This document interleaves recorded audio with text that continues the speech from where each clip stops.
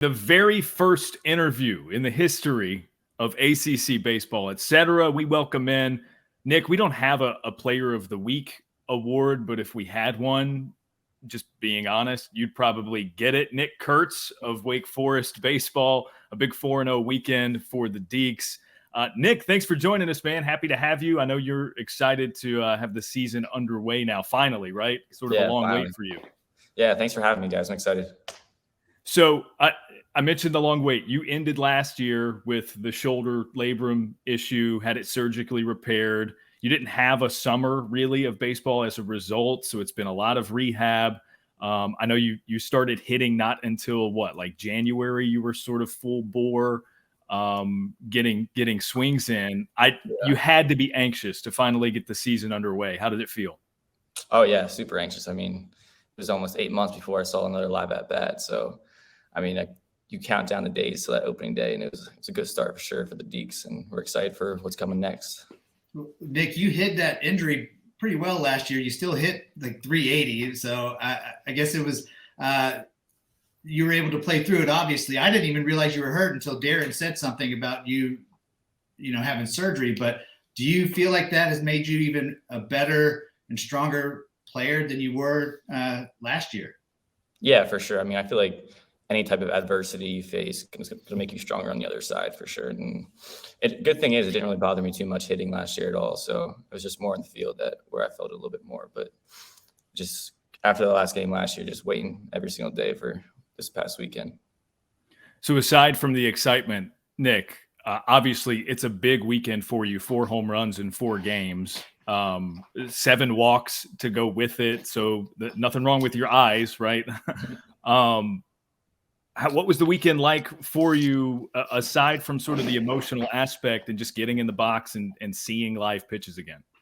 I mean, it's just a whole lot of fun. I mean, winning's fun. Winning's really fun. And when you can start off the way we did, I mean, it doesn't get much better than that. Just, this team's something special, and to go get out there all against finally facing someone different than your actually own teammates is very exciting and very fun for sure.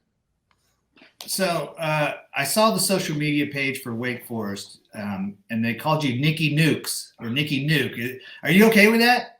Yeah, anything they want to call me, that's good. Okay, yeah. Because we need to promote that. I think that is so legit. That's such a cool little saying for you, Nicky Nukes. So I don't know. Tell me, I know that you hit some bombs last year. You hit for a high average. What do you consider yourself more? Gap-to-gap hitter? Or are you a power hitter? What in your opinion are you? I feel like I'd say I'm more like a gap-to-gap hitter. I mean, that's at least my approach at the plate. I'd say is stay gap-to-gap. But, anytime you put a barrel on the ball, it's got a chance to go over the fence. So just for me and my approach, just putting the barrel on the ball, basically. Just hit it where it's pitched. Nicky Nukes is one. Danny, I like personally, because they played at 8:30 a.m. on Sunday for their series. I like Wake and Rake as a hashtag, that sort of thing. But that's for the whole team. We're just specifically talking about Nicky Nukes here, right? There's a lot of marketability in what you guys are doing, Nick, I think is what we're trying to say. Yeah. With that being said, preseason rankings way up there. By most accounts, you guys were the top ranked ACC team entering the season. I don't think anything moved in the D1 baseball rankings either, so that would still be the case moving into your second week of play. How do you guys view or talk about the expectations? Just knowing that, it's obviously you go out every weekend trying to win as many games as possible, but it's not always being talked about from the outside the way that it has in the build up to this year. Yeah, I mean, we've had a lot of talk about, the expectations and all the hype on us this year. And, one thing we try to focus on is just to black it out, not listen to it too much, focus on be present in the moment. We play UNCG tomorrow. That's what we're focused on. Friday, we'll worry about who we play Friday, and Saturday and so on. So, just go one game at a time, win that game, and then we'll move on to the next. Okay, I know I want to talk most about you during this interview, but I do have to mention Rhett Lauder. How important of a starter is he to have for this staff in Wake Forest?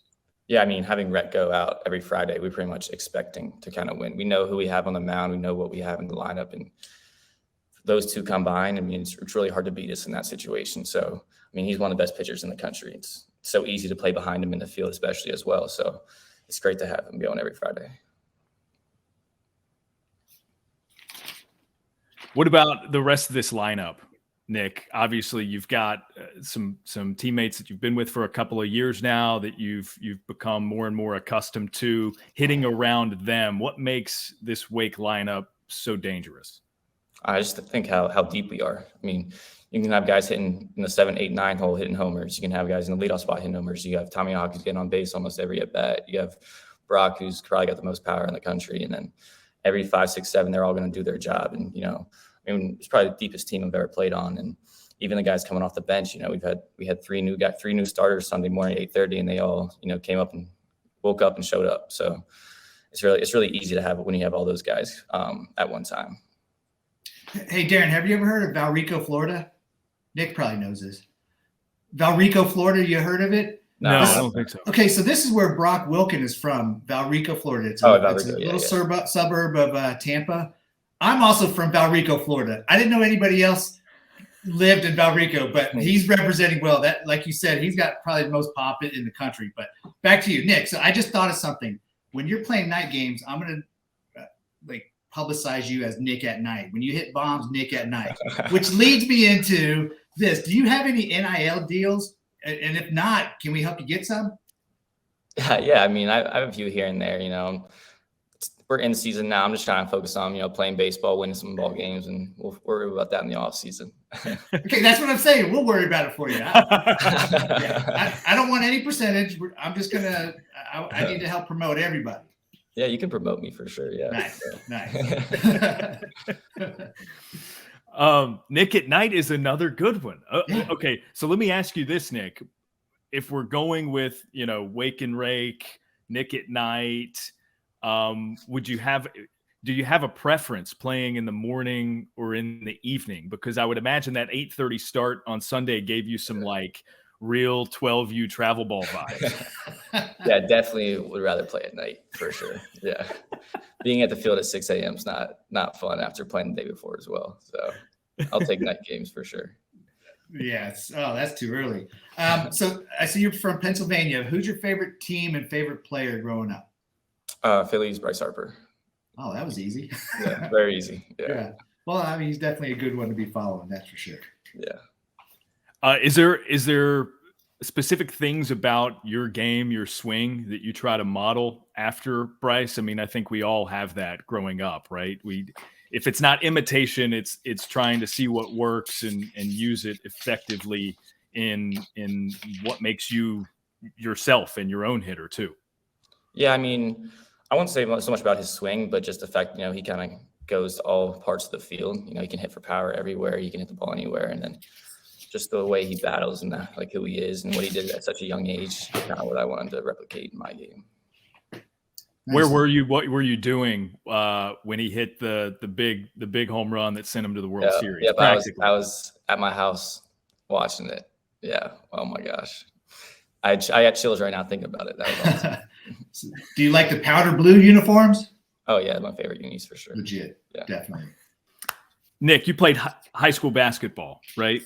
Yeah. Okay. Did you guys watch any of the All-Star festivities over the weekend, like the dunk contests or anything? Nah. I don't really watch NBA basketball too much. Yeah. It's probably my least favorite sport to watch, I'd say. Okay. But you liked to hoop back in your day. Yeah, I love playing basketball. Yeah. I know a lot of collegiate athletes were multi-sport guys in high school, and fancy themselves pretty good athletes. Who would you say on this Wake Forest baseball team would be the most likely to win a dunk contest? Like if you all competed, I know not everybody can throw down like that, but who is it? Seth Keener. Seth Keener. Okay. Yeah. And people say pitchers aren't athletes, right? No, he can jump. He can jump at the gym for sure. Do you guys ever play pickup? I mean, obviously, you've seen it in action. Really, no, I mean, we played a little bit. You get first week of we all got back to school. We played, but too many risks going on when you play pickup too much. Man, you are so politically correct. I love it. That's a great answer. So did you play hockey growing up? No, I never did. No. my son's getting into that. So everybody that's from up north, I'm asking that question. Yeah, I mean, I used to go out on the ponds, freeze over, and play like ice hockey with my brothers and stuff, but never. Oh, so you can skate? Yeah, I used to be able to. I don't know if I can skate too much anymore. I haven't done it in a long time. Well, I'm 49 years old and I'm trying to learn to skate. So yeah. No, Gravy's got these like all-terrain roller skates that he whipped out the other day. Those things are heavy duty. Yeah, the wheels, they're all-terrain wheels. You can skate in the grass or on the concrete, and it's like monster truck tires. They're so awesome. Yeah, that's how I got to learn, because they don't go as fast as the regular wheels. The regular wheels are too slick. I can't handle it. Nick, if you guys go into the ACC tournament as the #1 seed, I'll make sure Gravy is there with his roller skates and that he shags fly balls in them. How about that? Awesome. That sounds Hey, good. man, if you guys let me, Nick, I'll do it. I'll do it for sure. All right, Nick, aside from playing your next game, what's the thing you're most looking forward to about this season? Like I said, a lot of anticipation. I know you were glad to just get some games in the books and win all 4 of them. Yeah, I mean, you want to say you're not looking into the future, but everyone knows what we could possibly do this year, obviously. And obviously that's in the back of our heads every single day. But, this team could be something special. We enjoy being around each other, so like every single day. So I'm excited for what's to come. Yeah, you guys look like you just have so much fun on the field. I can't imagine what it's like in the clubhouse. So I know you say how good you guys could be, and the old cliches, one day at a time and all that stuff. Are you guys focused right now, not just the regular season, but winning the ACC championship, or is it we need to get to Omaha? That's what our main goal is. Yeah, I mean, the goal of our team, we obviously think we can go to Omaha. We think we have a chance to compete for a national championship, but ACC tournament comes first, so we want to be ACC championships, and then we'll worry about being national champions after that.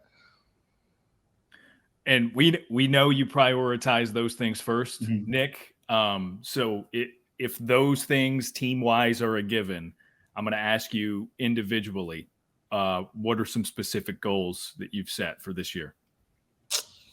I don't know if I, set goals for myself. I just try to baseball is a game where there's so much failure. If you try to set goals and set unbelievable goals, it's going to be so hard to meet. I mean, I had a great weekend. We'll try to stay hot and keep going into tomorrow. And then same thing this next weekend. Okay. So I'm going to ask my editor, who is Daron, to get that exact quote out there on social media, because I think more players need to hear that, right? Nick, you're right on. I think, setting certain goals numerically, if you reach those, then what happens? Yeah, you reached your goal. Chase, yeah. Exactly, man. That's brilliant, dude. Yeah. And favorite player right now. I love that. I love it. Well, I ask too, Nick, because I think it's human nature. Most people set those specific goals, but to go into it sort of with an open mind, and it stands to reason like you can accomplish anything if that's the case, right? Exactly. Yep. Cool. All right, Nick. Heck of a start to your season. Congrats on your early success. Best of luck to you and the rest of the Demon Deeks. We're looking forward to watching a lot of Wake Forest baseball this year. Thank you. Yep, we're excited. Thanks for having me. And Nick, get ready, because all the Nick at Night, the Nicky Nukes, it's all coming when the ACC on this podcast and the shows, it's coming. So be ready. All right, I'm ready. Thanks, guys.